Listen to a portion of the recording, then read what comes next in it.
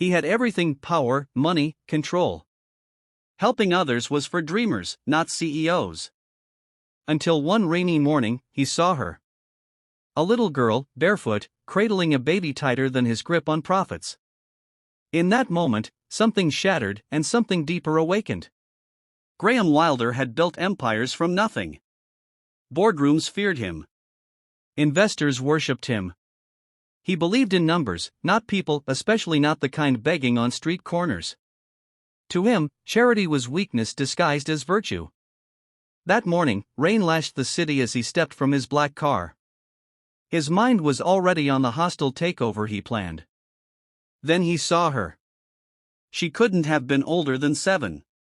Her thin dress clung to her soaked skin, and her bare feet pressed against the cold pavement. But she didn't flinch. Her arms were wrapped tightly around a baby, shielding it from the storm with her own shivering body. She looked up. Their eyes met. It wasn't fear or pleading in her gaze, it was fierce, protective love. For a moment, the traffic noise faded. Graham froze, as if hit by something heavier than rain. That look, so raw, so real, tore through the armor he'd worn for decades. He took a step toward her. Then another. "Where are your parents?" he asked, voice rougher than he intended. She didn't answer. Just held the baby closer, eyes never breaking from his. That night, Graham canceled his meeting. He called his assistant to find the girl. Hours turned into days, and when he finally found her in a crowded shelter, he brought more than blankets and food. He brought lawyers, educators, doctors. He brought hope. Not just for her, but for thousands more after.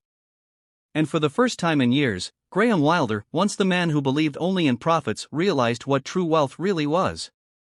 It had been right there, in the baby in her arms. Dominic Vance was a man known for building fortunes and breaking hearts, both in business and beyond. As CEO of a multinational conglomerate, he made headlines for mergers, not mercy. He had a rule: emotions don't belong in the boardroom. Or anywhere. To him, compassion was a luxury the weak indulged in. That belief changed on a bitter winter afternoon. His limo paused at a red light near a rundown block he normally sped past. He glanced out the tinted window, barely paying attention until he saw her. A little girl, no older than 8, stood under a broken street lamp. Her coat was too thin, her shoes missing. In her arms, a baby, silent, still, wrapped in a ragged blanket. She wasn't begging. She wasn't crying. She was just holding on. The girl looked up, locking eyes with him through the glass. In that moment, something cracked. Dominic stared, unmoving, the weight of her gaze sinking deeper than any business deal ever had. She wasn't asking for help. But something inside him, long buried under board meetings and bank balances, stirred. He rolled down the window. "Stop the car," he said. That night, instead of signing contracts, he signed checks for shelters, food banks, children's hospitals. But it wasn't guilt driving him. It was the memory of a girl who didn't ask for anything, yet gave him everything. Word spread quickly. The coldest man in the industry was suddenly funding compassion projects across the country. Reporters called it a PR stunt. But Dominic knew the truth. He didn't strike gold in business. He struck it the moment he looked into the eyes of a child who had nothing and reminded him what truly mattered. Miles Harrington wasn't just rich, he was untouchable. As the CEO of Harrington Global, his word was law, his decisions final. He believed in profit, productivity, and precision.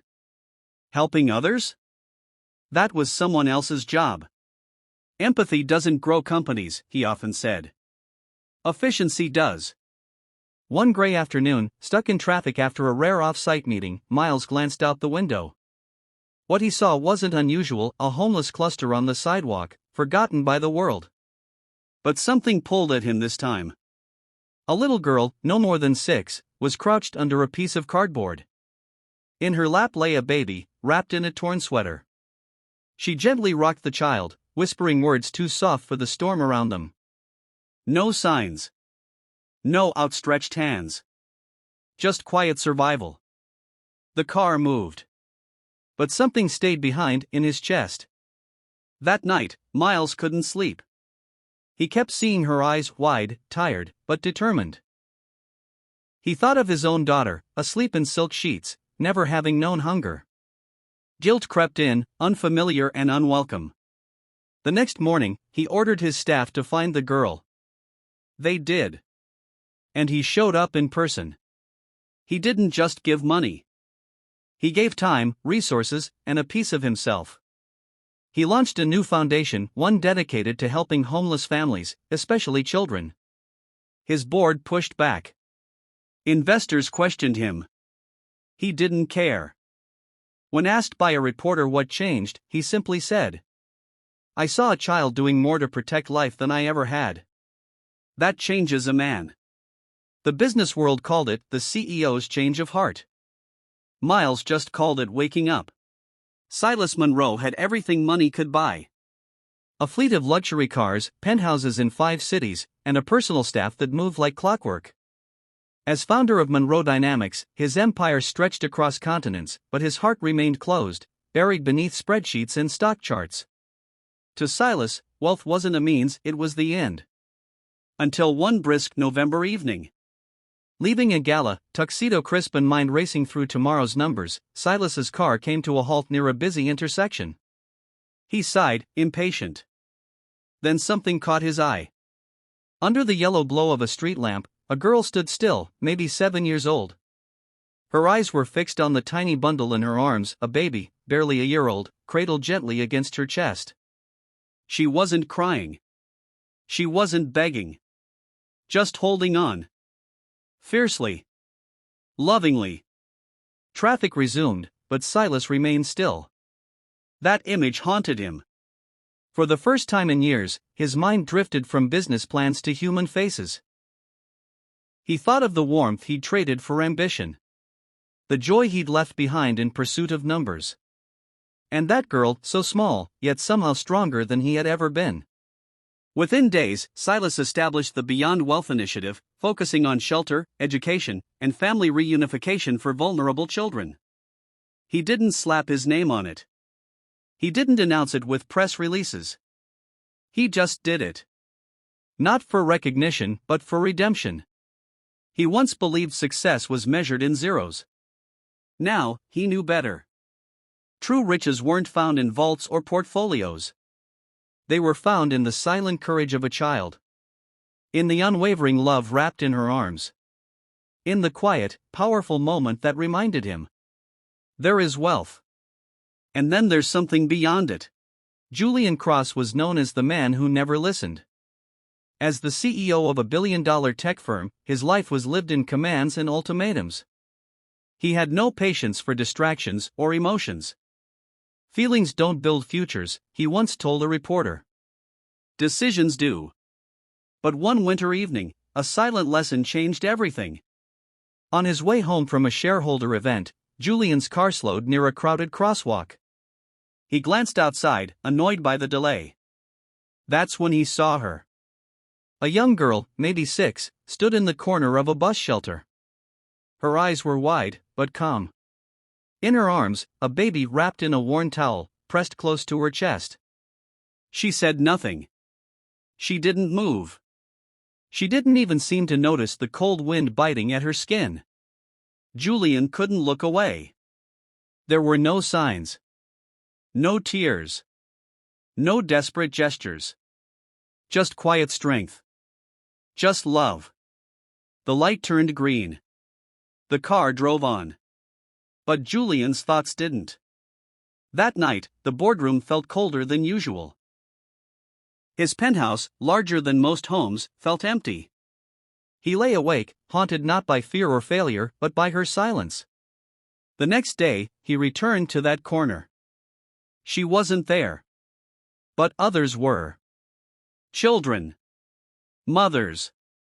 People he had never seen, never really noticed. That week, Julian redirected millions into housing programs and youth services. Not because it was profitable. Not because it would trend. Because a child had taught him, without a single word, that love, courage, and resilience could speak louder than any business deal. And for the first time in his life, Julian Cross listened. He lost nothing. And gained everything. Victor Langston was a titan of industry, ruthless, brilliant, and utterly untouchable. His face graced magazines, his words moved markets, and his empire was built on calculated decisions, not compassion. He hadn't cried in 40 years. On a frigid afternoon, his limousine rolled to a slow stop outside a crumbling neighborhood. Victor barely looked up from his phone until the driver said, "Sir, look." Irritated, Victor glanced out. A little girl stood on the sidewalk, motionless. Dirt-streaked cheeks, torn coat, eyes too tired for her age. In her arms, a baby, bundled in nothing more than a scarf. The child was asleep, unaware of the cold. The girl's face was pale, but her grip on the baby never faltered. Victor stared, something catching in his throat. It wasn't pity. It wasn't guilt. It was recognition of a world he had long buried. He remembered being that cold once. That scared. That determined. The limo moved on, but he didn't. Not really. He canceled his next meeting. Told his board to wait. For the first time, profit projections didn't matter. That night, he wept silently, alone in a room that had only ever echoed with power. The next morning, he found her. He brought food, blankets, help. But more than that, he stayed. He listened. He sat beside her on a cold curb and made a promise to her and to himself. Within weeks, Victor launched the Langston Foundation for Child Welfare, pouring resources into shelters, healthcare, and education. The media called it an unexpected act of charity. But those who truly knew him said it wasn't charity. It was penance. It was awakening. Because on that cold day, a hardened tycoon met a fragile child and it broke him in the best possible way. That was the day the tycoon wept.